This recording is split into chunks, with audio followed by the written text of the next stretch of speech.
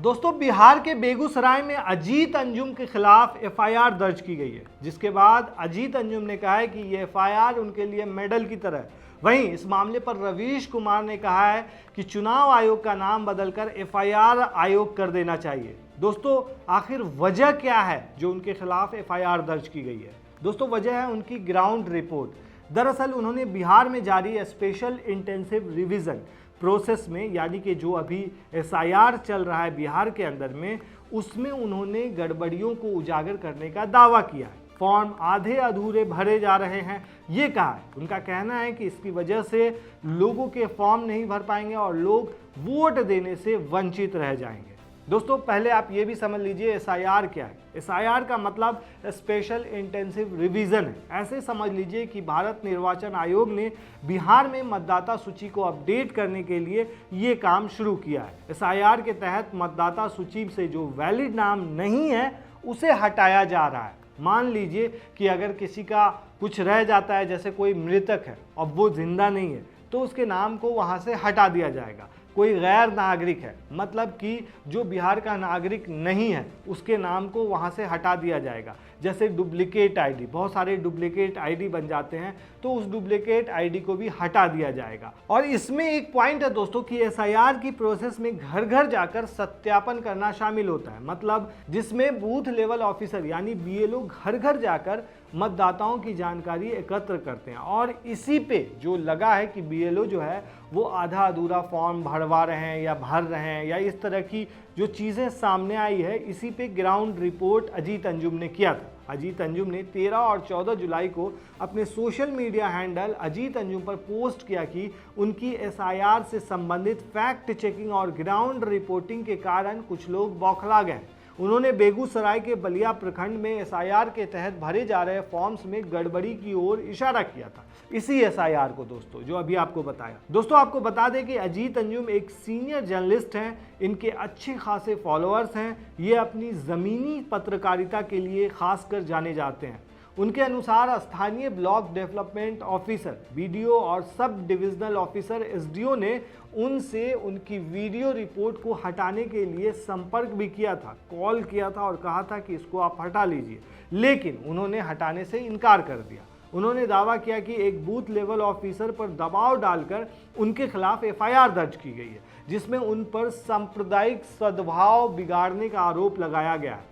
हालांकि अंजुम ने अपने एक वीडियो में स्पष्ट किया है कि उनकी रिपोर्टिंग में ऐसा कुछ नहीं है जो सांप्रदायिक सद्भाव को नुकसान पहुंचाए। उन्होंने लोगों से उनकी वीडियो देखकर खुद तय करने को कहा है। आप इस वीडियो को देखिए। ये मैडम कोई है, अब ये तो फॉर्म में कुछ भी नहीं लिखा हुआ, इनका नाम भी नहीं लिखा हुआ, कैसे जमा होगा? स्कैन कर लिए, स्कैन हो गया बस। नहीं, लेकिन स्कैन हो गया, ये बताइए। ये फॉर्म है और इसमें मैडम का पहले तो फोटो भी नहीं है, जिनका भी है, जो भी नाम लिखा हुआ है, थोड़ा दूर रहो, किसी का एड्रेस नहीं जाना चाहिए। और इसमें इनका नाम भी नहीं लिखा हुआ, कुछ भी नहीं लिखा हुआ है। दस्तखत किसने किया है? ये इन्होंने खुद दस्तखत किया, किसी और ने दस्तखत कर दिया? यही दस्तखत हो गया ये? जी नहीं, यहाँ नहीं किया। तो जब इसमें कुछ भी नहीं भरा हुआ है तो फॉर्म ही अधूरा है। ये जैसे फॉर्म है, इसमें किसी में कुछ भी नहीं लिखा, फोटो भी नहीं है, और ये लेडी का नाम है और पति का नाम लिखा हुआ है। दस्तखत अभी क्या पता कि उन्होंने खुद किया, किसी और ने कर। लेकिन ये स्कैन इसमें हो गया है। करना बीएलओ का ना काम है। हाँ, बीएलओ का आपका काम नहीं है, मैं बिल्कुल आप नहीं आपका मैडम बिल्कुल एकदम 100% आप सही करें, आपका कोई काम नहीं है ये बीएलओ। लेकिन जो बीएलओ ला के दिया, इस फॉर्म में कुछ भी नहीं लिखा हो। अब इसमें तो इनके फॉर्म में देख रहा हूँ कोई चंद्रदेव है महतो। अब यहाँ चंद्रदेव महतो इनके पिता का नाम है, और जो पप्पू महतो नाम है, पप्पू महतो दस्तखत है। अब ये कहना भी मुश्किल है ये दस्तखत पप्पू महतो ने खुद किया है या पप्पू दीनबंधु कुमार। फॉर्म में कुछ भी नहीं भरा हुआ है, कहीं कुछ भी नहीं है। आधार नंबर, इपिक नंबर जो भी है, माता पिता का नाम कुछ भी नहीं है। अब पीछे ये देखिए अर्चना कुमारी का दस्तखत है, इनके पति का नाम है दीनबंधु कुमार, अर्चना कुमारी का दस्तखत। ये सारे फॉर्म, अब ये फॉर्म की उस पर एक सवाल है। दोस्तों, यही वो वीडियो बताया जा रहा है जिसको लेकर बवाल मचा है, मतलब जिसको लेकर एफआईआर दर्ज की गई है। और इस वीडियो को डालकर ये बताया जा रहा है कि इस वीडियो के जरिए सांप्रदायिक सद्भाव को बिगाड़ने की कोशिश की जा रही है। दोस्तों, जब ये चीज़ें सामने आई और सोशल मीडिया प्लेटफॉर्म पर उनके सपोर्ट में भी अब लोग नज़र आ रहे हैं, वहीं कुछ लोग अगेंस्ट में भी हैं। कई लोगों का मानना है कि अजीत अंजुम की निष्पक्ष और निडर पत्रकारिता ने प्रशासन को असहज कर दिया है, जिसके चलते ये कार्रवाई की गई। वहीं इस मामले पर पत्रकार रवीश कुमार ने लिखा कि चुनाव आयोग का नाम एफआईआर आयोग कर देना चाहिए, विपक्ष को गांव-गांव जाना चाहिए और वोटर से पूछना चाहिए कि क्यों उन्हें पावती रसीद मिली है, या फिर आयोग को अपने बोर्ड से हटवा देना चाहिए कि बीएलओ 2 फॉर्म लेकर जा रहे हैं। ये निर्देश जिसने दिया है और जिसने लिखवाया है, एफआईआर उसके खिलाफ होनी चाहिए। कायदे से आयोग को अजीत अंजुम का शुक्रिया अदा करना चाहिए और एफआईआर वापस लेनी चाहिए। जिन बीएलओ को दंडित किया गया है उनके खिलाफ भी मामले को वापस लेना चाहिए। वहीं दोस्तों, इस मामले पर वरिष्ठ पत्रकार दीपक शर्मा ने एक्स पर लिखा कि अजीत अंजुम उन पत्रकारों में से हैं जिन्होंने पत्रकारिता कमज़ोर लोगों के लिए की है।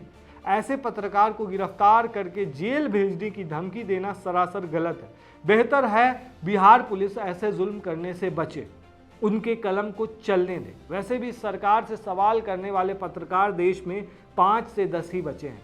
वहीं दोस्तों, अजीत अंजुम ने इस पूरे मामले पर कहा है कि बेगूसराय में दर्ज ये एफआईआर एक पत्रकार के तौर पर मेरे लिए सर्टिफिकेट की तरह है। दोस्तों, इस मामले ने राजनीतिक मोड़ भी ले लिया है। आरजेडी, कांग्रेस और दूसरे जो विपक्ष के लोग हैं उन्होंने अजीत अंजुम को समर्थन दिया है, जो एसआईआर को लेकर पहले से ही सवाल उठा रहे हैं। वहीं दूसरी ओर कुछ लोग और संगठन, खासकर सत्तारूढ़ दल से जुड़े और उनका समर्थन करने वाले लोग उनकी पत्रकारिता को पक्षपातपूर्ण बता रहे हैं और इसे भाजपा विरोधी प्रचार के रूप में देखते हैं। दोस्तों, आपको बता दें कि एसआईआर अभियान जब से शुरू हुआ है तभी से विपक्षी दल आरजेडी, कांग्रेस, एआईएमआईएम एसआईआर की समय सीमा और प्रोसेस पर सवाल उठा रहा है। उनका कहना है कि यह प्रक्रिया गरीब, प्रवासी, अल्पसंख्यक और हाशिए पर रहने वाले समुदायों के मतदान अधिकारों को छीन सकती है, क्योंकि बिहार में जन्म पंजीकरण और दस्तावेजीकरण की स्थिति बहुत खराब है। इसका उदाहरण देते हुए कांग्रेस के सरल पटेल ने कहा कि बिहार में 2007 में केवल 7.13 लाख जन्म पंजीकृत हुए, मतलब कि 7,13,000 जो बच्चे पैदा हुए उनका पंजीकरण हुआ, जबकि अनुमान जो लगाया गया वो 28 लाख का था। मतलब 28 लाख बच्चे पैदा हुए 2007 में, लेकिन जो रजिस्ट्रेशन हो पाया वो महज 7 लाख और कुछ का। दोस्तों, वहीं इस मामले पर एसआईआर को लेकर एआईएमआईएम के प्रमुख असदुद्दीन ओवैसी ने पूछा कि अगर अवैध प्रवासी पहले लोकसभा चुनाव 2024 में वोट डाल सकते थे तो अब अचानक उनकी पात्रता पर सवाल क्यों।